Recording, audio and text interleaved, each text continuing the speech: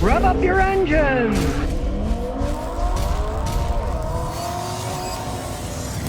Well, here's an interesting thought. Americans bought more than 40,000 cars that were built in China the first half of 2024. Now, of course, they're kind of like American Chinese cars. Lincoln sold 17,504 Nautiluses, which are made in China. Buicks and Vision, they sold 21,860 of them. So they're American car companies building them in China and then bringing them over here. Now, I'm curious. As far as I know, these don't have a tariff on them. They're talking about, put a tariff on the Chinese cars they're selling in the United States. Well, Ford and GM are making them sell them here. And to my knowledge, they're not being taxed as a tariff. They're kind of being sneaky, just like they're trying to get a deal where maybe the Chinese will start building cars in Mexico. Then they'll say, Mexico, that's part of North America, so we can bring them in. I mean, there's all kinds of sneaky deals going out there, but a bunch of people are already buying Chinese-made cars in the United States. They may say Ford or GM, but they are 100% made in China. Well, you want to know what the worst selling cars of 2024 are? Well, here's a whole bunch of them. They sold less than 1,000 of them in the first half of 2024. Well, no surprise, one of them is the Volvo C40 Recharge. They renamed it, now it's called the Recharge. It's one of their electric vehicles. Volvo electric vehicles are not popular. Volvo owners want a certain thing, and electric cars doesn't seem to be one of them here in the United States. And guess what another one is? The Chevy Equinox EV. Yet another SUV electric vehicle that nobody wants to buy. They sold 1,013 of them in the first half. Another one is the Lexus RC. Now, Lexus makes decent vehicles, but they make some that cost too much money, so people don't buy them. These things start at $100,000, and they've only sold 996 of them so far. Kind of makes you wonder, why would a company like Lexus, that sells a whole bunch of cars, want to make some really expensive car that they don't sell enough of? They're not going to be making a profit on it. It's not logical. Another one is the BMW Z4, the little sports car thing. Well, they've only sold 928 of them. The Toyota copy of it, it sold 1,400 of them, so they're not selling that many of those either. It just goes to show people really aren't buying expensive sports cars anymore. It's not a thing anymore for most people. Another one that isn't selling well is the Audi A8. They sold 854 of these things. They are endless money pits.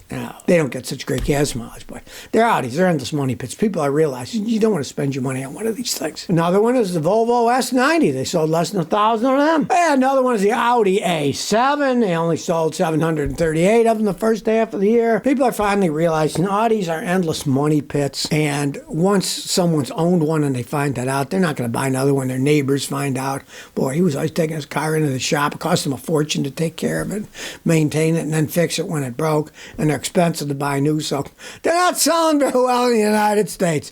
Along with those other ones, I find it phenomenal that these luxurious cars now, they're not selling that well in the United States. People are like, back with that European crap that, the Europeans make great luxury cars. No, they don't anymore. Well, here we go again with emissions testing. GM was just fined $146 million after millions of their cars failed emissions tests. Well, millions of them failed. They only had to pay $146 million, so that's not much per car if you think about it. It turns out that millions of GM vehicles put up more emissions than they were supposed to, and after an in-depth investigation by the EPA, GM is coughing up $146 million in penalties and will forfeit emission credits for 5.9 million vehicles that have released more pollution than they should. Now, this is certain 2012 to 18 GM vehicles. Now, of course, the usual horse manure came out from GM. GM denied any wrongdoing and said it had complied with all pollution. GM remains committed to reducing auto emissions and working towards achieving the administration's fleet electrification goals, the company said in a statement. They don't admit to any wrongdoings, but they give out $146 million. Hey, GM, give me some of your millions, and you don't have to deny anything. Just give me the money. Why would anybody give up that kind of money for something that they're not guilty of? Of course they're guilty of it. But that's our stupid legal system that these companies can screw everybody over and then, oh, we'll pay this fine, but we're not going to admit to any wrongdoing. So in court, they haven't admitted that they did something wrong, right? Well, who the heck is giving away $146 million if they didn't do something wrong?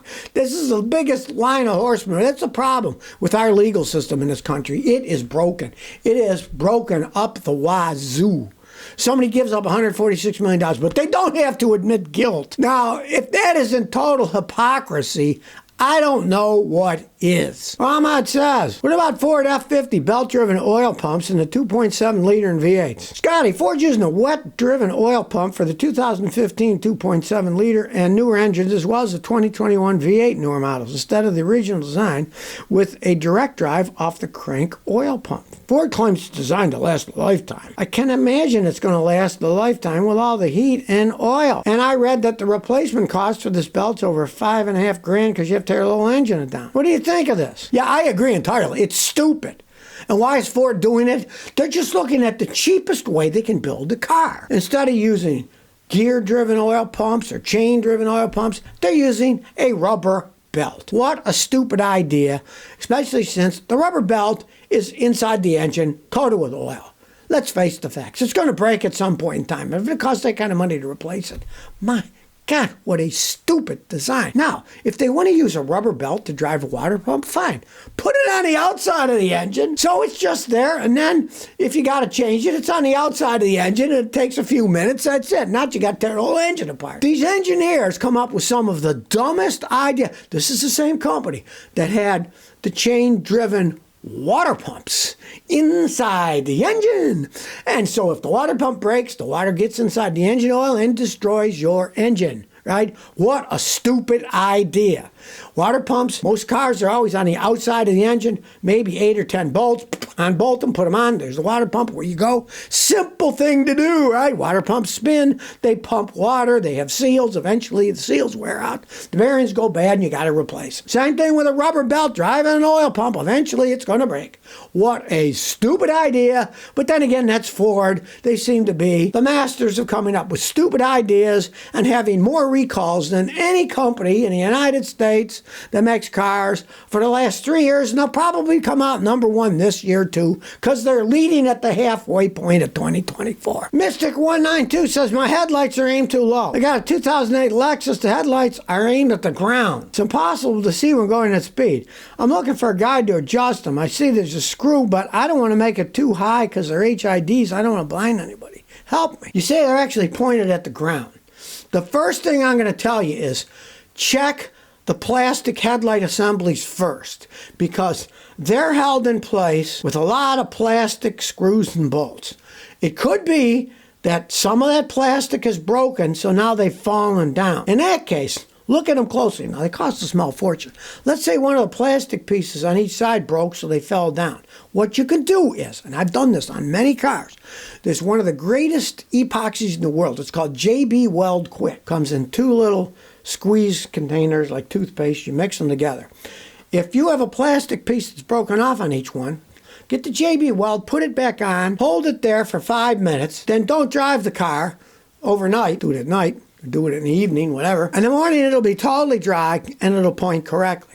Because if they're actually pointed way down on the ground, generally it's not an adjustment. Something is broken to make them go that far. Now, if you do have to adjust it doing those screws, it's a simple thing to do. Do this at night. Park about 20 feet away from the garage door. And you want the headlights to be just both the same distance at the same height of the car.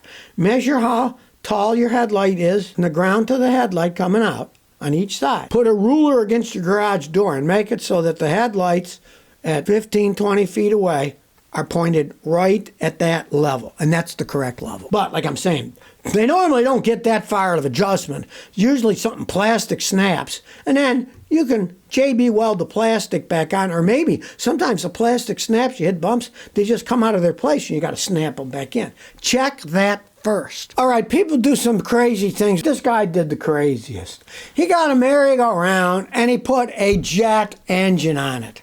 And not just some little toy. This is a jet engine that's supposed to put out 7,000 horsepower. Now, this was on Whistling Diesel, and that's a YouTube channel where they do all kinds of crazy stuff. Well, this guy decided, I'm going to put a jet engine on a merry-go-round, right? So he hooked it up, put a counterweight on one side, the motor on the other, and ran it. And of course, it got so fast he had to shut it down. But then he thought, I wonder how fast this thing will go. So he turned it up full blast and spinning away. And guess what? The motor just flies through the air because it comes off. Good thing nobody was on it at the time. If you want to watch the whole thing, it's on YouTube. It's hilarious. Flying my jet engine merry-go-round's the name of the video. I mean, what are people going to do next? He didn't bolt it on tight enough, so it flew off. But let's say he had bolted it on tight enough.